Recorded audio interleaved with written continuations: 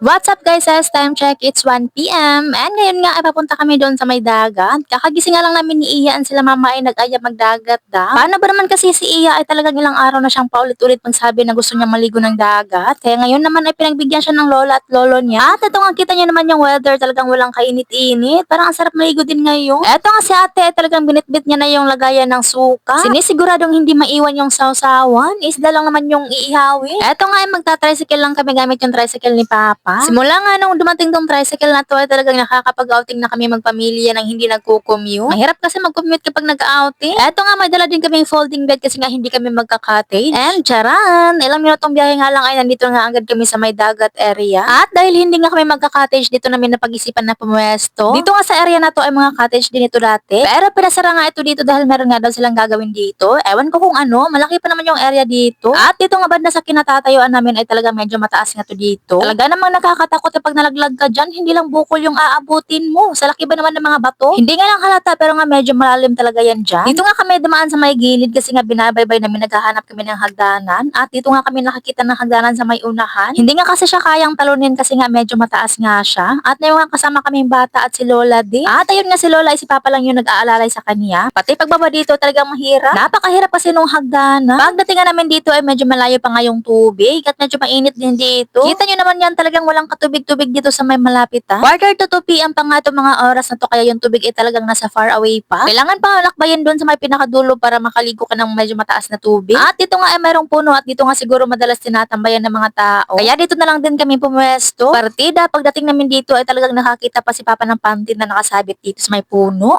Akala tuloy ni Papa na panty namin yun. Sayang nga at hindi nga nakasama si Julius ngayon kasi nga mayroon siyang trabaho at biglaan niya itong lakad namin kaya wala sa plano talaga. At ito nga si Iya ay talagang napakakulit. Gustong-gusto na talagang maligo kaya pumupunta doon sa may tubig. Kaya ayan, panay sundo na naman yung lolo niya. Medyo mainit pa naman tong mga oras na to kasi nga pagdating namin dito ay talagang uminit. Pag alis naman sa bahay ay walang kainit-init. Talaga namang weather ay parang babae hindi maintindihan. Pumwesto na nga lang din muna ako dito kasi nga hindi ko feel maglakad-lakad kasi sa sobrang init ba naman. Masisira yung skincare natin na hindi effective. Medyo mahal pa naman.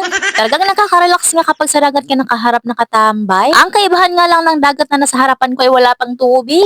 Talagang nasa malayo pa yung tubig. At ito nga sila Papa ay nagpe-prepare na para mag-ihaw ng isda. Ihaw-ihaw naman talaga yung masarap kapag nandito sa may dagat. At dahil wala nga kaming ginagawa ni Mama ay talagang nakatambay lang kami dito sa may folding bed. Sila na bahala doon mag-ihaw ng isda. Kaya na nila yun, malaki na sila.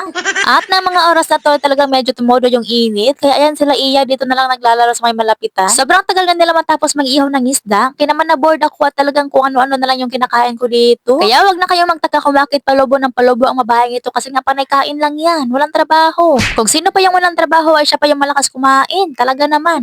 At ito na nga kalahating oras na siguro sila bago natapos mag-ihaw. Kaya ayan, lafangan na. Ang sarap talaga magsalo-salo kapag ganitong nag-outing kayo ng pamilya mo. Sayang nga at wala si Julius, kompleto nga sana kami ngayon. Pero di bale, bawi na nga lang next time. Paano ba naman kasi kailangan talagang unahin yung trabaho bago magala-gala. Kasi kung walang trabaho ay wala ding panggala. Biglaan nga lang din kasi ang lakad na to kaya naman hindi talaga napagplanuhan. Hindi nga kami aware lahat kaya naman mas lalong hindi aware si Julius kaya hindi nakasama. After nga namin kumain na talagang si Iya hindi na makapag-antay. Meron na kasing konting tubig dito sa may malapitan kaya ayan pinuntahan niya na nga agad. At syempre dahil kailangan nga tong bantayan tong batang to kaya ayan naman ako ay nakasunod. Ayoko nga sana magbilad sa araw kasi ngayon skincare ko. Mas lalong hindi to e-effect kapag nabibilad sa araw.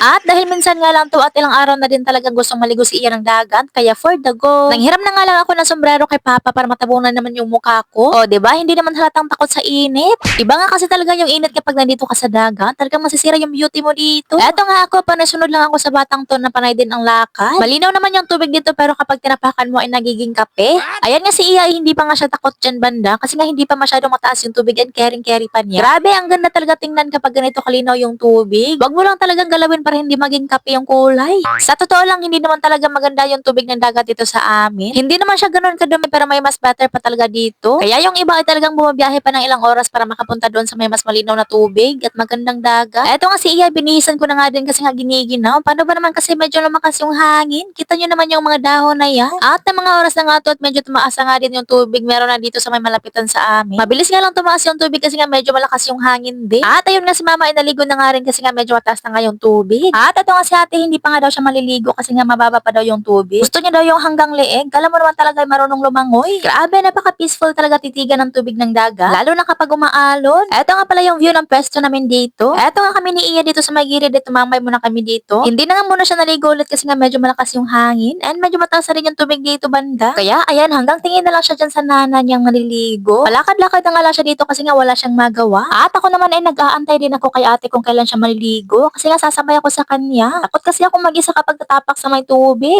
Kaya tambay-tambay na nga lang muna din kami dito sa may gilid kasi hindi naman ganun kainit. At hindi nga nagtagal, ayan na si Iya ay talagang naligo na nga. Binihisan ko na nga lang din siya ulit ng swimwear niya. Kaya ayan, naligo na nga ang batang ito. Dito lang naman sila naligo malapit sa pwesto namin. Kasi nga dito yung mababa. At malinaw din yung tubig dito kasi nga sand siya. Hindi siya katulad doon sa kabilang banda na kapag tapakan mo ay nagiging kulay kape. Dito nga ay sand kaya naman malinaw yung tubig. Diyan ko na nga lang pinastay si Iya para makapaglaro siya ng kanya. Kasi kapag dadalhin namin siya doon sa medyo malalim ay talagang nakakapagod magkarga. Hindi nakaka-enjoy. Kaya dito na lang sila nagstay kasama yung pinsan niya. Kita niyo naman yung batang yan kung gaano kasaya. Talagang hilig-hilig ng batang to ng tubig. Napaka-peaceful nga ng area na to dito kasi nga walang masyadong naliligo. Kami nga lang yung naligo dito sa area na to. Kahit naman doon sa may dulo ay talagang walang katao-tao. For sure, matumal yung kita ng mga cottage dito ngayon. At ito nga kami ni ate ay naligo na nga kami kasi nga medyo mataas na talaga yung tubig. Ito nga si ate, hindi nga siya marunong lumangoy kaya ayan, palutang-lutang dyan na parang palaka.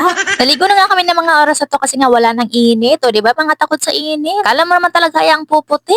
At ito nga ako, feel na feel ko nga paglangoy dito. Kala mo naman talaga ay marunong lumangoy. 5 seconds lang naman kayang pigilan yung hininga. Hindi talaga pwedeng maging swimmer. Baka 10 seconds pa lang ay nalulunod na. Mga kalahating oras nga siguro kami naligo ni ate dito. Kaya nung medyo padilim na nga, umahon na nga kami ni ate dito at nagbihis na. At nagkanya-kanya na nga kami dito ng ligpit ng mga gamit kasi nga uuwi na nga kami. Yung 3 barko nga dyan sa dulo ay nakaon na nga yung mga ilaw. Grabe, sulit na sulit talaga yung araw na to. Eto nga si mama at si ate ay nagliligpit nga ng gamit namin dyan. At pagkatapos nga nalang magligpit ay umuwi na nga din agad kami. But anyways, hanggang dito na tong video natin. Bye!